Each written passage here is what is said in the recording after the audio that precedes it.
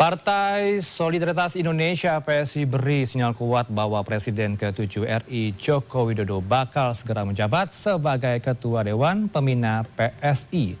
Langkah itu bakal jadi babak baru dalam perjalanan politik Jokowi pasca kepresidenan, sekaligus berpotensi mengubah konstelasi politik nasional menuju ke arah pemilu 2029. Lalu apa makna politik di balik kedekatan Jokowi dan PSI? Seberapa besar dampaknya terhadap peta kekuatan partai politik? Untuk membahasnya bergabung dari luar studio dengan Freddy Damanik, Sekjen Projo. Selamat sore Bang Freddy, dan juga jubir PDI Perjuangan Aryo Seno Bagas Koro. Selamat sore Bang Freddy, selamat sore Mas Seno, selamat tahun baru 1 Muharram. Selamat tahun baru Suro, terima kasih. Baik, terima kasih sudah meluangkan waktu di tanggal merah ini ya. Saya langsung ke Bang Freddy terlebih dahulu. Jadi officially kapan akan menjabat sebagai Ketua dan Pembina PSI Pak Jokowi, dan apakah ada keyakinan elektabilitas PSI akan meningkat, meroket setelah Pak Jokowi ke PSI? Bang Fred. Ya, terima kasih. Jadi sebetulnya pertanyaan ini salah atau salah narasumber, nggak tahu, bukan kepada saya seharusnya. Karena pihak Jokowi Bang, Anda harus tahu itu. Tapi it's okay lah, ya. Bagi kami Projo, Pak Jokowi ini kan milik rakyat ya, milik bangsa dan negara. Jadi kami melihatnya yang paling penting bukan jabatan apa yang akan dipegang Pak Jokowi, melainkan bagaimana gagasan dan semangat yang selama ini diperjuangkan beliau, diperjuangkan Pak Jokowi dapat terus berlanjut dalam pembangunan bangsa. Jadi kalaupun Pak Jokowi jadi Ketua Dewan Pembina PSI, menurut kami memang hal tersebut merupakan hak politik beliau lah sebagai warga negara, tokoh bangsa, setelah tidak lagi menjadi presiden. Nah, sekali lagi yang harus dijaga adalah agar keberadaan beliau memberi nilai tambah bagi demokrasi, tentunya memperkuat federasi politik, menghadirkan politik yang lebih dekat dengan rakyat. Jadi sekali lagi kami melihat memang secara jujur memang langkah ini potensi memang menguntungkan PSI secara elektoral dan organisatoris tentunya. Tapi sekaligus memang akan banyak persepsi-persepsi politik yang harus juga dijawab dengan tata kelola partai, ya, transparan yang disampaikan Pak Jokowi selama ini, dinasti politik kan berbagai isu meritokrasi dan lain-lain lah. Nah, jadi di situ tantangannya bagaimana nanti PSI bisa menjawab itu. Tetapi gini, kami sebetulnya masih ragu. Jujur kami Projo masih ragu Pak Jokowi akan menjadi Ketua Dewan Pembina PSI. Ya, karena kami percaya kan Mas Kaisang kan masih ketua umum ya. Mas Kaisang masih ketua umum. Bagi kami ini harusnya menjadi hambatan kepada Pak Jokowi kalau beliau menjadi Ketua Dewan Pembina PSI. Kecuali Mas Kaisang misalnya tidak menjadi Ketua Umum PSI lagi, beliau menjadi Ketua Dewan Pembina, Pak Jokowinya tentu ini menjadi lebih baik lah. Tetapi kalau Mas Kaisang masih Ketua Umum, kami jujur masih ragu kalau Pak Jokowi akan menjadi Ketua Dewan Pembina PSI. Demikian pengantar saya. Keraguan Anda itu karena POV yang beredar di masyarakat seperti itu, begitu ya, narasi yang berkembang kalau Pak Jokowi masuk, ada Kaisang di situ, ada dominasi keluarga, dominasi politik keluarga bahkan. Iya, bukan POV. Ini jauh hari saya sudah mengatakan ini dan tidak baik itu. Itu justru yang hal-hal seperti itu yang dari dulu kita berusaha hindari kan begitu. Dan kami percaya Pak Jokowi kalau memang sudah menjadi Ketua Dewan Pembina sejak kemarin-kemarin kan sudah itu kan. Tetapi sampai sekarang itu belum terjadi, dan kami juga wajar juga PSI menggaungkan itu ya, klaim-klaim itu wajar juga karena memang mereka punya kepentingan menaikkan elektabilitas, persepsi dan lain-lain. Itu saya rasa di situ. Baik, saya bergeser ke Mas Seno. Mas Seno, andai kata nanti memang jika benar Pak Jokowi di PSI sebagai Ketua dan Pembina, bagaimana kemudian potensi pengaruh basis pemilih yang selama ini dekat dengan PDIP? Iya, makasih Mas pertanyaannya. Jadi saya simpel saja jawabannya Mas. Yang pertama-tama saya hadir ke sini karena menghormati undangan teman-teman CNN dan jawab keterangan kepada publik untuk berbicara dalam kapasitas dia selain sebagai kader partai juga sebagai warga negara. Karena pada prinsipnya sebenarnya kalau boleh saya kasih disclaimer, sejak Pak Jokowi dan keluarganya kemudian dipecat oleh partai di akhir tahun 2024, sudah tidak ada lagi sebenarnya kaitan relevansi dan kompetensi kami untuk berbicara soal Pak Jokowi. Karena buat kami sejak beliau memutuskan untuk kemudian lebih banyak bercondong kepada ambisi politik keluarga, menggerakkan berbagai sumber daya kekuasaan untuk kepentingan politik keluarga, buat kami itu ada banyak hal yang kami rasa sudah berseberangan dengan nilai-nilai partai. Termasuk kemudian berbagai kebijakan polisi beliau berkaitan dengan beban fiskal, terutama di periode kedua beliau yang itu berseberangan dengan arahan partai, yang kami anggap itu kemudian tidak cocok dengan apa yang kami perjuangkan, termasuk misalnya salah satu paling bisa dinotis adalah soal kereta cepat bus, dan oleh karena itu yang sampai hari ini masih menjadi beban tanggung jawab fiskal negara yang harus ditanggung Pak Prabowo. Oleh karena itu kami pada saat memutuskan untuk memecat beliau, kami rasa sudah tidak ada kaitan. Tetapi pada dasarnya di perjuangan siap saja bersaing dengan siapapun. Pak Jokowi kalau mau masuk ke PSI juga lebih bagus lagi, artinya semakin jelas beliau ada di mana, strukturnya apa ya kan. Kemudian nanti bisa gerak atas nama partai apa secara elektoral. Kan yang hari ini kemudian kadernya diambil oleh PSI bukan hanya PDI Perjuangan. Ada banyak partai lain yang juga diambil oleh PSI, dan pada saat Pak Jokowi masuk ke sana kan semakin jelas bagaimana orkestrasi politik itu dilakukan jauh-jauh hari sebelum pemilu sudah di-start. Sehingga bukan hanya kami yang harusnya itu mengkritisi, tapi saya kira semua partai politik juga akan kemudian menaruh atensi terhadap berbagai pergerakan partai politik satu sama lain. Sehingga saya kira biasa-biasa saja, nggak ada yang perlu ditanggapi berlebihan. Saya kira itu, Mas. Bagaimana melihat peta kekuatan politik nanti, Mas Seno, jika Pak Jokowi di PSI, apakah ada kekhawatiran berikutnya karena Pak Jokowi punya banyak loyalis begitu ya, yang akan mendukungnya dimanapun Pak Jokowi berada. Apakah ada pesimisme dari PDIP, kotel efek Pak Jokowi tidak ada artinya? Ya pada dasarnya kan kalau ngomong mengidentifikasi Pak Jokowi dan PSI itu kan bukan hal baru, Mas.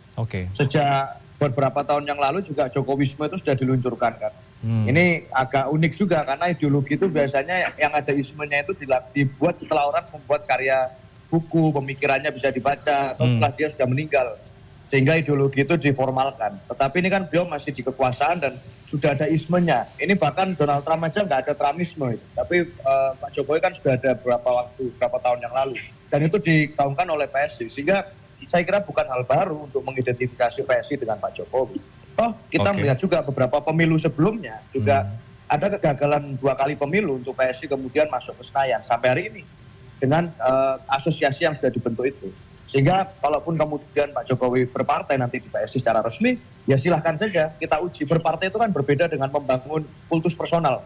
Kalau kultus personal dengan politik populisme mungkin mudah saja datang pakai bansos segala macam. Kalau berpartai saya kira ada darah dan keringat dalam tanda kutip yang harus ditumpahkan dalam menjaga basis konstituen selama 5 tahun, 10 tahun, 15 tahun dan seterusnya. Dan itu tidak semudah hanya dengan menggantungkan pada figur, ada pengorganisasian, pelembagaan segala macam yang saya kira PDI Perjuangan sudah banyak sekali bicara soal ini, dan itu tidak semudah yang dilakukan hanya dengan datang keliling safari satu orang, kemudian menganggap itu akan membangun basis loyalitas konstituen untuk memilih. Proses politik kita masih lebih panjang dari itu, dan berdemokrasi kita masih lebih susah dari itu. Saya kira itu, Mas. Saya mau tampilkan grafis quote ya dari rekan Anda, Bang Guntur Romli.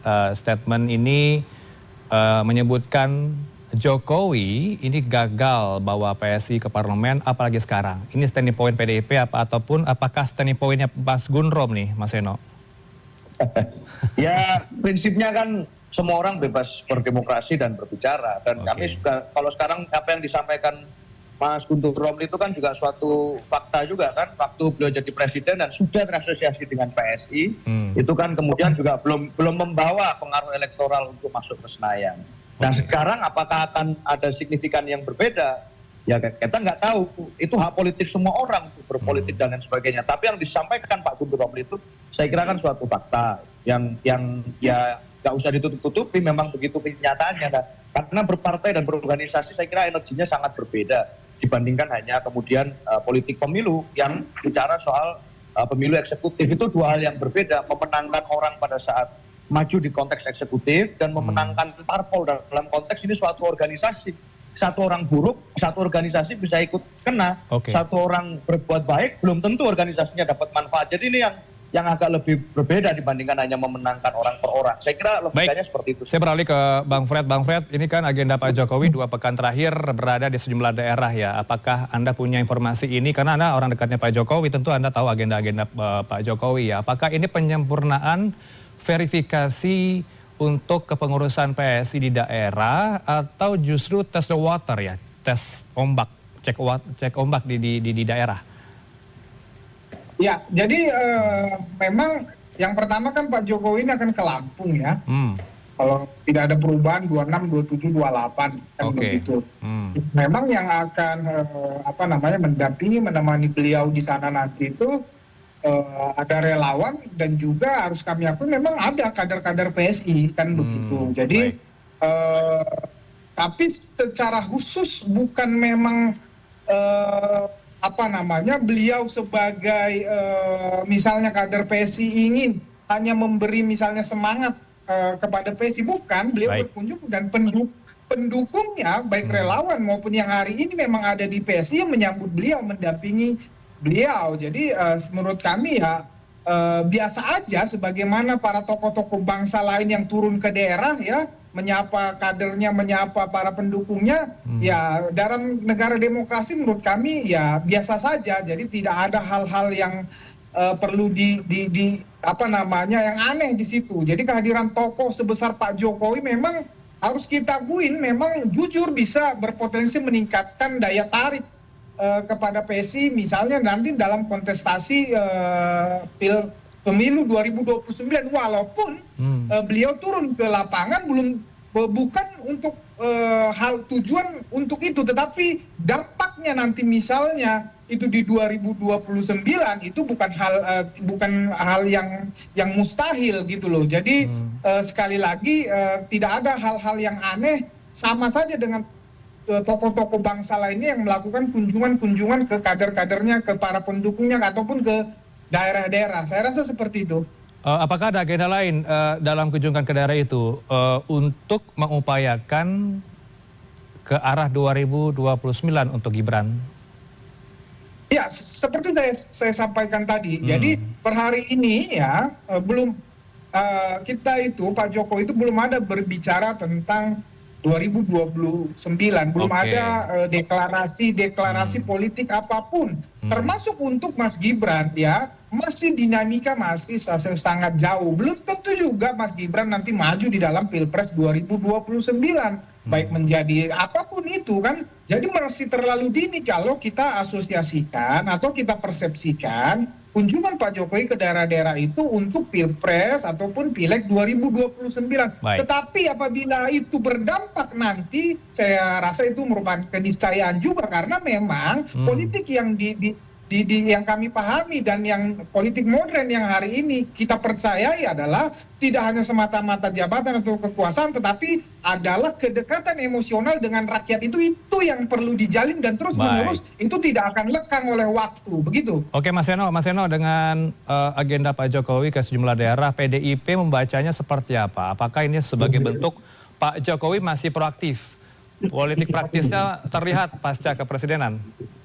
Ya pasti Mas, sudah pidato di acara PSI berkali-kali kan. Artinya udah bukan hal baru, ini itu bukan hal baru gitu loh. Yang harus kita glorifikasi, kita bahas lagi ini sudah bukan hal baru yang semua orang sudah tahu. Sehingga kalau dulu Pak Jokowi bilang nanti saya akan kembali ke Solo sebagai rakyat biasa, oh ternyata ini sen kanan belok kiri lagi gitu. Itu hanya pembuktian bahwa ini sen kanan belok kiri lagi aja, bukan masalah apa-apa. Jadi buat kami biasa saja, kami sudah melihat dan membaca ini dari awal. Dan kami anggap ya silakan saja itu hak politik semua orang, tapi membangun partai tidak sama dengan membangun kultus personal terhadap orang per orang yang itu dibangun hanya berdasarkan popularitas dan bansos. Berbeda dengan membangun partai politik, saya rasa itu. Oke, PSI ini kan sudah mulai menarik ya sejumlah kader partai lain ke partainya. Ada Nasdem di situ, termasuk PDIPK.